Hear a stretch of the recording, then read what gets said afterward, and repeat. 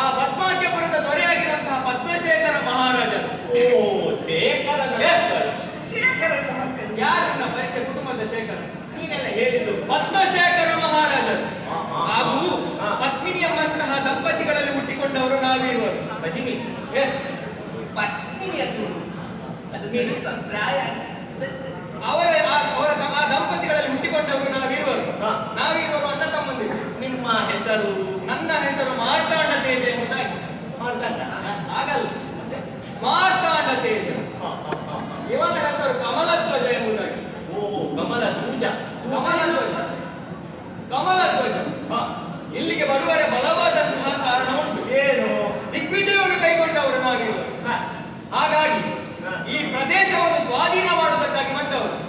ಕಾರಣ ಬೇರೇನಲ್ಲ, ಕನ್ಯಾರ್ಥಿಗಳಾಗಿ ಕನಕಾರ್ಥಿಗಳಾಗಿ ಹೊರಟು ನಿಂತವರು ನಾವು. ನೀವೀಗ ಯಾವುದಕ್ಕೆ ಬಂದದ್ದು? ದಿಗ್ವಿಜಯ. ದಿಗ್ವಿಜಯ ಅದು ಬೇಡ. ಅವಳಿಗೆ ಹೊಟ್ಟೆ ನೋವಾಗಿ ಎಷ್ಟು ಸಮಯ ಆಯಿತು. ಇಲ್ಲಿ ಎಲ್ಲ ವಾಯು ಮಾಲಿನ್ಯ. ಯಾವುದು? ನೀವು ಯಾವ ವಿಚಾರ ಮಾತಾಡಿ? ದಿಗ್ವಿಜಯ. ಮತ್ತೆ ದಿಗ್ವಿಜಯ